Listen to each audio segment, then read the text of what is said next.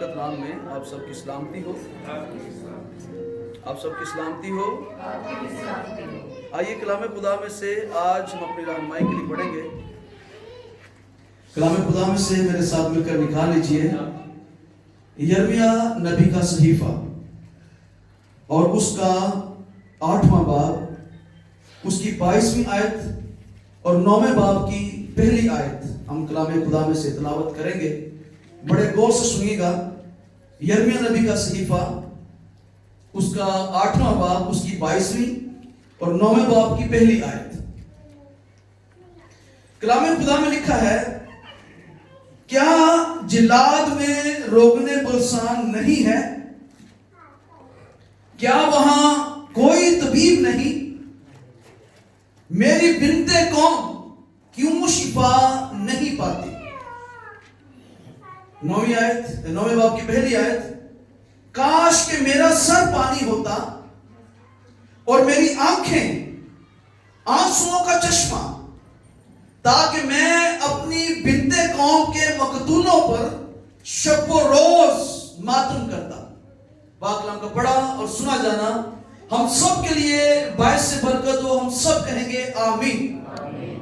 کلام خدا میں سے ابھی جو آیات مبارکہ میں نے آپ کے سامنے تلاوت فرمائی ہیں، یہ آیات مبارکہ یرمیہ کی کتاب، اور یرمیہ اس کے نام کا مطلب ہے یہوہ سے سرفرازی پایا ہوا. وہ شخص جسے یہوہ سرفراز کرے، وہ جسے خداوند کامیاب کرے.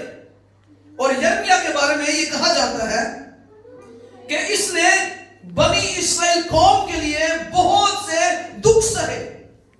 جب بھی اس شخص پر کلام ہوتا، اس وقت کی گورنمنٹ، جو پریزیڈنٹ تھا اس وقت کا موجودہ حاکم، وہ اس کے اگینسٹ اس کو کئی بار جیل میں جانا پڑا کلام سنانے کے سبب سے کہ یہ خدا کی آواز کو لوگوں تک بڑی دلیری کے ساتھ پہنچاتا تھا، کبھی ڈرتا نہیں تھا، اور اس کے سبب سے یہ دکھوں میں سے گزر رہا تھا. لیکن خدا کا کلام سنانے سے یہ باز نہیں آتا تھا. اس کو بائبل مقدس میں ماتم کرنے والا نبی بھی کہا جاتا ہے. اسے نوحہ کرنے والا نبی کہا جاتا ہے کہ یہ ہر وقت روتا ہے. رونے والا نبی بھی اسے کہا جاتا ہے کہ یرمیہ جو ہے وہ کون ہے؟ رونے والا نبی ہے. اور 9ویں باب کی پہلی آیت سے ہم اس بات کا نتیجہ نکال سکتے ہیں کہ وہ اپنی قوم کے لیے کتنا درد رکھتا ہے، کتنا پیشن ہے اس کے اندر، کتنا ترس ہے. اور وہ کہتا کیا ہے؟ کاش کہ میرا سر کیا ہوتا؟ کاش کہ میرا سر پانی ہوتا اور میری آنکھیں آنسوؤں کا چشمہ، تاکہ میں اپنی بنت قوم کے مقتولوں پر شب و روز ماتم کرتا. دن رات میں ان کے لیے روتا، خداوند تیرے سامنے عاجز ہوتا، ان کے لیے میں تیرے سامنے درخواست کرتا کہ خداوند تو کیا کر، اس قوم پر ترس کھا، اس قوم پر رحم کر. یہ ایک ایسا لیڈر ہے جو اپنی قوم کے لیے آنسو بہانے والا ہے. آج بہت کم ایسے لیڈرز، ایسے خادم جو اپنے چرچ کے لیے، اپنی قوم کے لیے خدا کے سامنے آنسو بہاتے ہوں. اگر ہم آنسو بہانا شروع کریں تو یقیناً خداوند کی برکت جو ہے وہ ہم سب کے چرچز میں، ہماری قوم پر نازل ہونا شروع ہو جائے. میں پڑھ رہا تھا اس شخص کے بارے میں کہ یہ ایک ایسا شخص جو خدا سے محبت کرتا ہے، اور خدا اس کے بارے میں کہتا ہے کہ میں نے تجھے ماں کے بطن ہی سے چن لیا کہ تم میرا نبی ہو. ایسا پروفیٹک میسج اس کے لیے، ماں کے پیٹ ہی سے یہ چنا ہوا شخص، لیکن اپنی قوم کے لیے ترس ہے، اپنی قوم کے لیے درد ہے، اپنی قوم کے لیے اس کے پاس آنسو ہیں. اور آج جہاں پر آنسو نہیں وہاں پر بیداری نہیں ہے، وہاں پر خدا کا ڈر، خدا کا خوف وہاں پر نہیں ہے. میں ریکویسٹ کروں گا، ہم یہاں پر جو لیڈرز بیٹھے ہیں، ہم جو کہتے ہیں کہ ہم لیڈرز ہیں، ہم چرچ ممبر ہیں، ہم سنڈے اسکول ٹیچر ہیں، یا ہمارے پاس کوئی بھی خدمت ہے، میں ریکویسٹ کروں گا آپ سے کہ قوم کے لیے آنسو بہانا شروع کر دیجیے. بیداری آئے گی اور خداوند سب کچھ کرنے پہ قادر ہے. جب بادل ہوتے ہیں تو بارش ہوتی ہے، ایسا ہی ہے.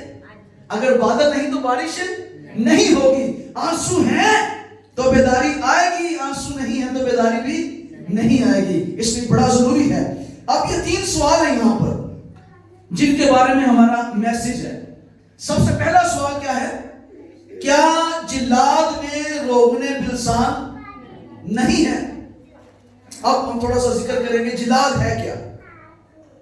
جو جلاد لفظ ہے، اس کے لیے پرانے عہد نامے میں ایک واقعہ آپ کے سامنے میں رکھنا چاہوں گا. اس جگہ کا نام جلاد نہیں بلکہ جلعید ہے، اور یہ واقعہ ہے اس وقت کا جب یعقوب اپنے سسر کے ساتھ، اپنے سسر کے پاس سے اپنے بچوں کو، اپنی بیویوں کو لے کر، اپنے سارے مال اسباب کو لے کر وہاں سے نکلا. اور جب نکل کر ایک جگہ پر آیا تو وہاں پر اس کا جو سسر تھا وہ بھی اس کے پیچھے آ گیا. جب وہاں پر پہنچے تو وہاں پر ان دونوں نے ایک عہد باندھا. اور عہد کیا تھا؟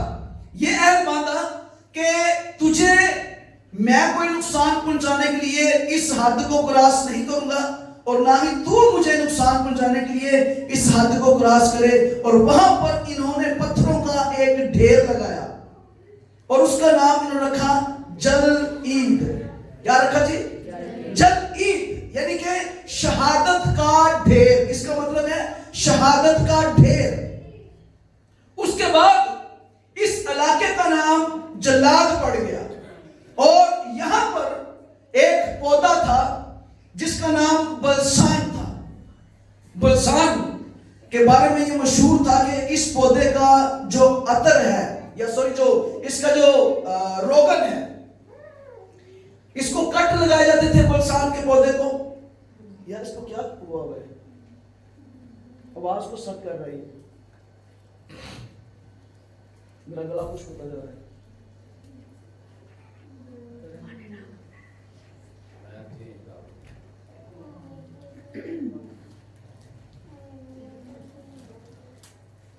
بلسان کے پودے کو کٹ لگائے جاتے اور اس میں سے گوند نما چیزیں، جیسے آج کل ہم کیکر دیکھیں، کیکر یا کچھ اور درخت، ان کو کٹ لگائیں تو اس میں سے گوند نکلتی ہے.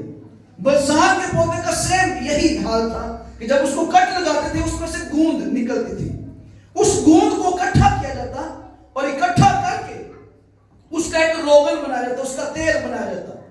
اس تیل کو ہر ایک بیماری کے لیے استعمال کیا جاتا تھا، اور کسی کی کوئی بھی بیماری کیوں نہ ہو، کوئی بھی بیماری، اس کے لیے وہ روغن جو تھا وہ اس کے لیے اکسیر ثابت ہوتا تھا. یعنی کہ اس سے شفا ہوتی تھی. اس روغن سے، اس کو استعمال کرنے سے، مختلف طریقہ کار سے، ہر طرح کے بندروں سے لوگ رہائی پاتے، شفا پاتے تھے. اب جب یرمیا اپنی قوم سے کلام کرتا ہے تو کہتا ہے کیا جلاد میں روغن بلسان نہیں ہے؟ کیا وہاں پر وہ روغن ختم ہو چکا ہے جس کے سبب سے لوگ شفا حاصل کر سکیں، اسے استعمال کریں اور اپنے بندنوں سے، اپنی بیماریوں سے رہائی پائیں؟ کہتا ہے وہاں پر اب روغن نہیں رہا. دوسری بات اس کے بارے میں ہم سیکھیں گے. دوسرا سوال، کیا وہاں کوئی طبیب نہیں؟ کیا وہاں پر کوئی حکیم یا کوئی طبیب ایسا نہیں رہا جو اس بلسان کے پودے سے روغن کو تیار کر سکے اور لوگوں کے لیے وہ دے سکے تاکہ لوگ اس سے شفا یاب ہوں؟ اور تیسری بات، میری بنت قوم کیوں شفا نہیں پاتے؟ جو اہم بات ہے یہ کیوں کے اندر ان سبھی باتوں کا جواب ہے کہ کیوں شفا کا کام نہیں ہوتا. شاید آج ہم میں سے بھی بہت سے لوگ کئی بار اچھے پاسٹرز کے پاس جا چکے، اچھے سے اچھا ڈاکٹرز انہوں نے سلیکٹ کیا، میڈیسن بھی لی، لیکن پھر بھی وہ ٹھیک نہیں ہوئے، شفا نہیں ملی. تو اس کی بیسک وجہ کیا ہے وہ ہم یہاں پر دیکھیں گے. جب اس کتاب کا میں مطالعہ کر رہا تھا تو مطالعہ کرتے وقت میں نے اس کیوں کے جواب کو دیکھنے کے لیے پوری کتاب کو پڑھا ہے، یرمیا کی کتاب کو. پھر تاریخ میں جا کر ان چیزوں کو دیکھا ہے کہ کیوں شفا نہیں ہوتی تھی، اس کی وجہ کیا ہے. تو مجھے پڑھتے پڑھتے اس میں سے چند چیزیں ملی ہیں جو میں آپ کے سامنے رکھنا چاہتا ہوں. سب سے پہلی بات کہ یہ بنی اسرائیل قوم جو تھی یہ خدا کو چھوڑ چکی تھی اور بت پرستی کی طرف راغب ہو چکی تھی. یہ خدا کو چھوڑ کر بت پرستی کی طرف راغب ہو چکے تھے، یعنی کہ اپنے خدا کو خوش کرنے کے لیے یہ ساری عیدیں بھی بناتے، قربانیاں بھی چڑھاتے، لیکن جب دیوتاؤں کی عیدیں آتی یا ان کے دن آتے تو ان کے نام پر بھی یہ قربانیاں کرتے تھے. اور یہاں پر چند دیوتاؤں کے نام اسی کتاب کے اندر ہیں، جن میں یہ 10 دیوتا تھے جو جن کی یہ عبادت کرتے تھے. ان میں سورج دیوتا کی یہ عبادت کرتے، چاند کی عبادت کرتے، ستاروں کی عبادت کرتے، استارات جس کو آسمان کی ملکہ کہتے تھے، یہ کہ یہ آسمان کی ملکہ ہے، استارات کی یہ عبادت کرتے. ایک 5واں دیوتا مولک جس کے سامنے یہ اپنے زندہ بچوں کی قربانی کرتے تھے، مولک کے سامنے. اور یہ مولک جو تھا یہ تانبے اور کانسی کا بنا ہوا ایک دیوتا تھا جس کی بیک سائڈ بالکل خالی ہوتی تھی اور اس کے اندر یہ آگ جلاتے تھے.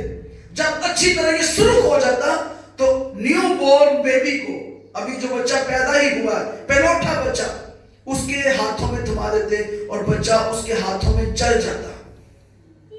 یہ اس کے سامنے اپنے پہلوٹے کی قربانی کرتے تھے جس سے خدا ناخوش تھا. ملکوم کی، کاموس کی، پھر ہرے درختوں کے نیچے جا کر زناکاری کرتے.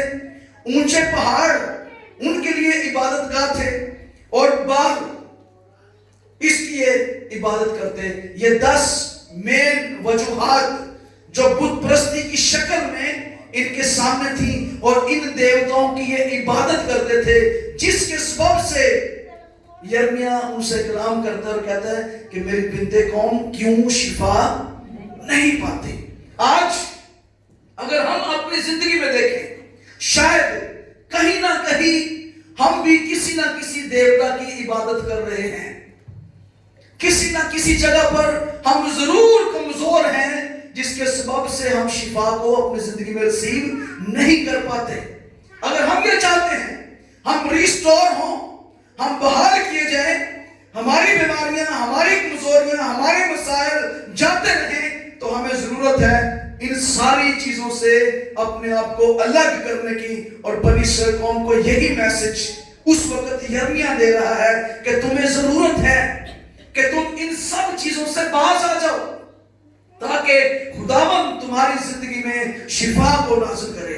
خداوند تمہاری زندگی میں وہ کام کرے جو خداوند نے جس مقصد کے لیے تمہیں بنایا ہے، تم اس مقصد کو پورا کرنا شروع کرو، اس کی حمد کرو اور صرف اسی کی عبادت کرو جیسا کلام خدا میں پہلا حکم ہے. تو پھر یقیناً خداوند تمہارے اوپر اپنی برکات کو نازل کرے گا، وہ تمہیں سرفراز کرے گا، تمہیں کامیاب کرے گا اور تمہارے بیچ میں سے بیماریوں کو بھی دور کرے گا. اب ہم جاتے ہیں روغن بلسان کی طرف. کیا جلاد میں روغن بلسان نہیں ہے؟ میں کتاب پڑھ رہا تھا سسٹر میرن ہکی کی، اس میں اسی چیز کو لے کر کے جیسے بلسان کے پودے کو کٹ لگائے جاتے تھے اور اس کے جو کٹ لگتے تھے ان کٹس میں سے گوند نکلتی تھی، رس اس کا نکلتا تھا جو میڈیسن کے لیے، یعنی کہ بلسان بنانے کے لیے، روغن بنانے کے لیے، روغن بلسان بنانے کے لیے استعمال ہوتا تھا. اس نے کہا اسی طرح اس وقت بلسان کا پودا تمام لوگوں کی شفا کا سبب بنتا تھا، لیکن اس کے بعد آج کے دور میں ہم بائبل مقدس میں سے دیکھتے ہیں کہ روغن بلسان نہیں بلکہ یسوع مسیح کا لہو جو ہے وہ ہمیں تمام طرح کے بندروں سے اور بیماریوں سے اور کمزوریوں سے ہمیں وہ رہائی دیتا ہے. اور اس کے لیے انہوں نے خوبصورت مثال دی کہ جیسے بلسان کے پودے کو کٹ لگائے جاتے، اسی طرح یسوع مسیح کو 1:40 یعنی کہ 39 کوڑے مارے گئے. اور میں کوڑے کے بارے میں پڑھ رہا تھا، یہ ایک ایسا کوڑا تھا جو جسم پر لگتا تھا اور وہاں سے جلد کو، سکن کو اکھاڑ دیتا تھا. یہ نہیں کہ ایک عام کوڑا نہیں تھا بلکہ یہ عام، اس میں سیسا اور کچھ اور چیزیں ڈال کر بنایا جاتا تھا تاکہ جب یہ جسم پر لگے اور وہاں سے جلد کو اکھاڑے. اب 39 کوڑے اگر کمر پر مارے جائیں گے تو آپ کے خیال میں کیا ہڈیاں پیچھے سے نظر آنا شروع ہو جائیں گی جب سکن وہاں سے اکھڑ جائے گی اور اتنا خون بہ رہا ہوگا. اس کے بعد ہم دیکھتے ہیں کہ جب یسوع مسیح کو پکڑا گیا باغ گتسمنی میں تو وہاں پر یسوع مسیح کو انہوں نے مکے مارے. اور مکہ جو ہے اس کے بارے میں بھی ہے کہ وہ خالی ہاتھ نہیں ہوتے تھے. ان کے اوپر ایک مکہ بنا ہوتا تھا جو لوہے کا تھا. جب وہ لگتا تھا اس کے اندر کیل بھی ہوتے تھے اور جب وہ لگتا تھا تو سکن فیس کی سکن سے بھی یعنی کہ چہرہ جو ہے اس کے اندر سے بھی خون نکلتا ہوگا. اس کے بعد ہم آگے بڑھتے ہیں اور دیکھتے ہیں کہ جب یسوع مسیح صلیب پر تھے ان کو صلیب پر لٹکایا گیا تو جو ہاتھوں اور پاؤں میں کیل لگائے گئے وہ تقریباً 6 انچ کے 6 سے 7 انچ کا یہ کیل تھا جو یسوع مسیح کے وزن کو بھی برداشت کر سکے. نارمل کیل نہیں تھے. اور جب وہ لگائے گئے تو پھر بھی یسوع مسیح کا خون بہ رہا تھا. اس وقت روغن بلسان بہتا تھا اور روغن بلسان لگانے سے لوگ شفا پاتے تھے. لیکن اب یہ لہو جو ہے یسوع مسیح کا بار بار بہ رہا ہے اور اس کے سر کے اوپر کانٹوں کا تاج جو پہنایا گیا اس سے بھی یسوع کا خون بہا. اور یہاں تک لکھا ہے کلام خدا میں کہ جب وہ باغ گتسمنی میں دعا کر رہا تھا تو اس کی جان نکلنے کی حالت تھی کہ اس کا پسینہ بھی گویا خون کی بوندیں بن کر ٹپک رہا تھا. اور یہ بالکل وہ حالت ہوتی ہے جب انسان کا خون اور پسینہ ایک ہو جاتا ہے یعنی کہ مرنے کی نوبت آ چکی تھی. اور یسوع مسیح نے کہا کہ ہو سکتا ہے اگر باپ یہ ہو سکے تو یہ پیالہ مجھ سے ٹل جائے لیکن پھر بھی میری نہیں بلکہ تیری مرضی پوری ہو. اس طرح وہ اپنے آپ کو خداوند کے سامنے پیش کر رہا تھا اور ہماری خاطر وہ سب کچھ سہ رہا تھا اور ہماری خاطر وہ اپنا قیمتی لہو بہا رہا تھا. لیکن کیا اس کے لہو بہانے کی قدر ہم نے کی؟ آئیے یسایہ کتاب میں چلیں گے اور وہاں پر چند چیزوں کو ہم دیکھیں گے. یسایہ 53 باب اور اس کی پہلی آیت سے میں پڑھوں گا. لکھا ہے ہمارے پیغام پر کون ایمان لایا. کلام ہم سنتے ہیں, شاید ہم نے کئی بار کلام سنا, کئی بار ہم خدا کی حضوری میں آئے, کلام بھی سنا, کئی پاسٹرز ہمارے پاس اچھے پاسٹرز آئے, ان سے بھی کلام سنا. لیکن کیا آپ اس پیغام پر کبھی ایمان بھی لائیں؟ یسایہ کہتے ہیں ہمارے پیغام پر کون ایمان لایا. کتنے پیغام پر ایمان لے کر آئے ہیں اور اپنی زندگی ابھی تک یسوع مسیح کو دے چکے ہیں, توبہ بھی کی ہے, بپتسمہ بھی لیا ہے اور اب خداوند کے ساتھ چل رہے ہیں. ہاتھ دکھائیں گے ذرا, کون ایمان لایا؟ لکھے اور خداوند کا بازو کس پر ظاہر ہوا پر وہ اس کے آگے کونپل کی طرح اور خشک زمین سے جڑ کی مانند پھوٹ نکلا ہے. نہ اس کی کوئی شکل و صورت نہ خوبصورتی, اور جب ہم اس پر نگاہ کریں تو کچھ حسن و جمال نہیں کہ ہم اس کے مشتاق ہوں. یہ واقعہ ہے جو 750 سال پہلے یسوع مسیح کی پیدائش سے پہلے یسایہ ایک پکچر, ایک منظر بنی اسرائیل قوم کے سامنے پیش کر رہا ہے کہ جب اس کے اوپر ظلم و ستم ہوں گے تو اس کی شکل جو تھی وہ بھی دیکھنے کے لائق نہ رہے گی. اور آگے کیا لکھا ہے؟ وہ آدمیوں میں حقیر و مردود, مرد غمناک اور رنج کا آشنا تھا. لوگ اس سے گویا روح پوش تھے. اس کی تحقیر کی گئی اور ہم نے اس کی کچھ قدر نہ جانی. اس قدر ذلت اٹھانے کے بعد بھی, اتنی مصیبت مسیح یسوع پر آنے کے بعد بھی ہم اس کی آج بھی کوئی قدر و قیمت نہیں سمجھتے. اگر ہم اپنے گناہوں سے توبہ نہیں کرتے, اپنی بری راہوں کو نہیں چھوڑتے اور اس کی قربانی پر ہم ایمان نہیں لاتے, اس کو اپنی زندگی میں اپنا نجات دہندہ قبول نہیں کرتے, تو لکھا ہے کہ ہم نے اس کی کچھ قدر نہ جانی. تو بھی ہم نے قدر نہیں کی, تو بھی اس نے کیا کیا؟ اس نے ہماری مشقتیں اٹھا لی اور ہمارے غموں کو برداشت کیا. ہماری خاطر وہ سب کچھ برداشت کرتا تھا, پر ہم نے اسے خدا کا مارا کوٹا اور ستایا ہوا سمجھا. کہ یہ سب کچھ ہو رہا ہے، یہ خدا کی طرف سے اس کے اوپر ہو رہا تھا. ہم یہ کہتے ہیں، کہتا ہم نے اسے یہ سمجھا کہ یہ خدا کی طرف سے ہے، حالانکہ وہ ہماری خطاؤں کے سبب سے گھائل کیا گیا اور ہماری بد کرداری کے باعث کچلا گیا. ہماری ہی سلامتی کے لیے اس پر سیاست ہوئی تاکہ اس کے مار کھانے سے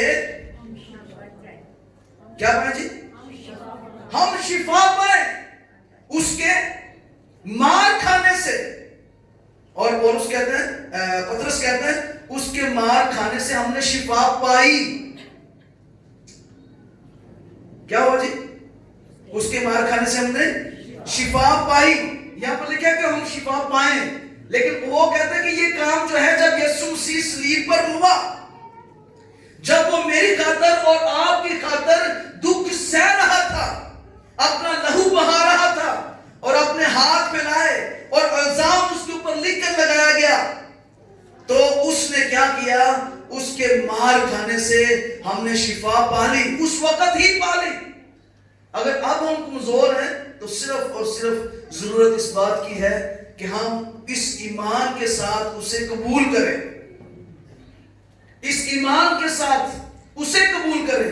ڈاکٹرز، طبیب اور بہت ایسے لوگ جن کے پاس ہم جاتے ہیں تو صرف ایمان ہی سے وہاں سے بھی ہم شفا پاتے ہیں، کیونکہ ہمیں یقین ہوتا ہے کہ یہ ڈاکٹر بہت اچھا ہے، یہ اسپیشلسٹ ہے اس کام کا، اس لیے یہ جو بھی لکھے گا اس سے میں شفا پاؤں گا. لیکن جب یہی ایمان لے کر ہم خداوند یسوع مسیح کے پاس آئیں اور یہ کہیں کہ اس کے مار کھانے سے میں نے شفا پائی ہے، تو بس پھر ایمان سے قبول کرنے کی ضرورت ہے اور پھر اس کے بعد شکر گزاری کرنے کی ضرورت ہے کہ خداوند میں تیرا شکر کرتا ہوں کہ میں نے اپنی بیماری سے، اپنی کمزوری سے، اپنے مسائل سے میں نے رہائی پا لی ہے. تو خداوند آپ کی زندگی میں اس کو قائم کر دے گا، معجزہ آپ کی زندگی میں ہو جائے گا.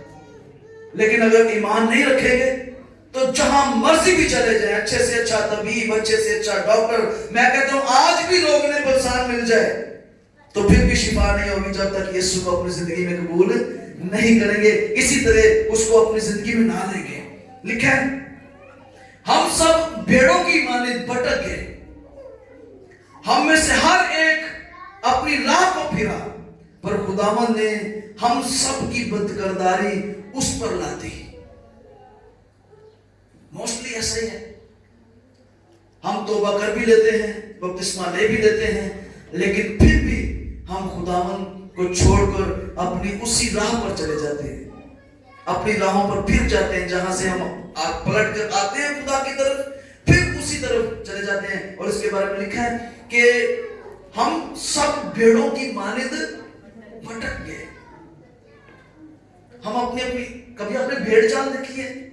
اگر ایک بھیڑ چل رہی ہے نا تو ساری کی ساری بھیڑیں اس کے پیچھے پیچھے جائیں گی. وہ کبھی وہ اپنا سر اٹھا کے ایسے نہیں دیکھتی، اپنے سر کو ایسے رکھتی ہیں اور ایسے ایسے کرتی کرتی وہ چلتی جاتی ہے. وہ کبھی نہیں دیکھتی کہ اگلی بھیڑ جو ہے وہ کہاں پہ جا رہی ہے، وہ اس کی رہنمائی میں آگے بڑھتی ہیں. اور یہاں پر لکھا جب بھیڑیں بھٹکتی ہیں، بھٹکتی بھی ایسی ہیں، وہ پھر بھی اپنی راہ کو تبدیل کر کے یہ نہیں سوچتی ہمارا راستہ ٹھیک کون سا، ہم کس طرف جائیں گی اور ٹھیک ہوں گی، جب تک چرواہا ان کے آگے آگے نہ چلے. اب تو چرواہا آگے بھی ہوتا ہے، پیچھے بھی ہوتا ہے، بھیڑیں پھر بھی بھٹک رہی ہوتی ہیں. لیکن ضرورت کیا ہے؟ ہم اپنے چرواہے یسوع مسیح کو، جو ہمارا اچھا چرواہا ہے، جس نے ہم سب کی خاطر اپنی جان دی ہے اور اپنا پاک لہو ہم سب کی خاطر بہایا، اتنی اذیت ہم سب کی خاطر سہی. ہم اپنی بدکرداری کو چھوڑیں، اپنی برائیوں کو چھوڑیں، اپنے گناہوں سے تائب ہو کر ان روزوں کے ایام میں جب ہم یہ اپنے آپ کو عاجز بھی کر رہے ہیں تو سب سے پہلی بات میں نے اس دن روزے پر جب میسج سنایا یہ کہا تھا کہ سب سے پہلا روزہ اپنے آپ کو خداوند کے تابع کرنے کے لیے رکھیں، اپنے آپ کو خداوند کے سامنے پیش کریں، اپنا پیش کریں، اپنے گناہ سے توبہ کرنے کے لیے روزہ رکھیں. اور پھر ان دنوں میں جب دکھوں کے ایام ہم سہ رہے ہیں تو اس میں مسیح کی موت کو، ان دکھوں کو ضرور یاد کریں جو اس نے ہم سب کی خاطر دکھ سہے. لکھے وہ ستایا گیا تو بھی اس نے برداشت کی اور منہ نہ کھولا. جس طرح برا جسے ذبح کرنے کو لے جاتے ہیں اور جس طرح بھیڑ اپنے بال قطر والوں کے سامنے بے زبان ہے، اسی طرح وہ خاموش رہا۔ وہ ظلم کر کے اور فتویٰ لگا کر اسے لے گئے، پر اس کے زمانے کے لوگوں میں سے کس نے خیال کیا کہ وہ زندوں کی زمین سے کاٹ ڈالا گیا؟ میرے لوگوں کی خطاؤں کے سبب سے اس پر مار پڑی، اس کی قبر بھی شریروں کے درمیان ٹھہرائی گئی، اور وہ اپنی موت میں دولت مندوں کے ساتھ ہوا، حالانکہ اس نے کسی طرح کا ظلم نہ کیا اور اس کے منہ میں ہرگز چھل نہ تھا۔ یسوع مسیح کے بارے میں یہ پورا میسج، اس کی موت، اس کی صلیبی موت کس طرح ہوگی، اس کو کہاں دفن کیا جائے گا، کن لوگوں میں قبر ہوگی، کن لوگوں میں شمار کیا جائے گا، یہ ایک خوبصورت واقعہ۔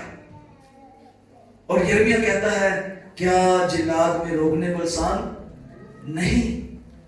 کیا وہاں کوئی طبیب نہیں؟ ہم اپنی نگاہ آج کل ڈاکٹرز پر لگاتے ہیں، ہم یہ کہتے ہیں کہ فلاں ڈاکٹر اچھا ہے، فلاں ڈاکٹر اچھا ہے، فلاں ڈاکٹر اچھا ہے، لیکن ہم کیا اپنی نگاہ طبیب اعظم یسوع مسیح پر لگائے ہوئے ہیں؟ کیا ہم یہ جانتے ہیں کہ طبیب اعظم صرف اور صرف یسوع ہے، جس کے پاس کوئی بھی آیا وہ کبھی خالی نہیں لوٹا؟ آج اگر آپ بھی اس کے پاس آتے ہیں اور آج آپ بھی کہتے ہیں کہ خداوند میں کسی ڈاکٹر، کسی طبیب، کسی حکیم، کسی اسپیشلسٹ کے پاس نہیں جانا چاہتا، میں صرف اور صرف خداوند تیری حضوری میں آتا ہوں اور تو میرا طبیب اعظم ہے، وہ طبیب اعظم جو لازر کی قبر پر کھڑا ہوتا ہے اور لازر کو آواز دے کر کہتا ہے، اے لازر باہر نکلا، اور کلام خدا میں لکھا ہے مردہ لازر جو تھا وہ کفن سمیت باہر آ کر کھڑا ہو گیا۔ جیسے ہی یسوع مسیح کی آواز عالم ارواح میں پہنچی، عالم ارواح نے اپنا مردہ جو روح وہاں پر تھی، اس مردے کی روح کو اس نے وہاں پر بھیجا اور وہ اس کے اندر انٹر ہوئی اور یہ زندہ ہو کر یسوع مسیح کے سامنے آ کر کھڑا ہو گیا۔ وہ یسوع آج میرے اور آپ کے سارے مسائل، میری اور آپ کی مشکلات اور پریشانیوں اور بیماریوں اور کمزوریوں سے واقف ہے، اور وہ چاہتا ہے کہ ہم صرف اور صرف ایمان رکھیں اور اس کے پاس آ جائیں اور کہیں کہ خداوند یسوع تیرا لہو جو ہے وہ میرے لیے روغن بلسان کی مانند ہے، اور خداوند تو میرا طبیب اعظم ہے۔ میں اپنی کمزوریوں، اپنی بیماریوں، اپنے مسائل اور اپنے گناہوں کو تیرے سامنے لے کر آتا ہوں، تو مجھے چھو اور شفا دے۔ وہ آپ کو شفا دینے پہ قادر ہے۔ آئیے اپنے سروں کو جھکائیں گے، اپنی آنکھیں بند کریں گے اور ہم دعا کریں گے کہ خداوند تو ہمیں فضل بخشے کہ ہم تیرے نام کو جلال دینے کے لیے اپنے آپ کو تیرے سامنے پیش کر سکیں۔ آئیے سب سر جھکیں گے اور سب آنکھیں بند ہوں گی اور ہم دعا کرنا شروع کریں گے، کوئی بھی خاموش نہ ہو۔ ہم سب اپنے اپنے مسائل کو، جو بھی پرابلمز ہیں، ان کو خداوند کے سامنے لے کر آئیں گے۔ یہ شفایہ دعا ہوگی آپ کے لیے۔ میں کرنا چاہوں گا کہ خداوند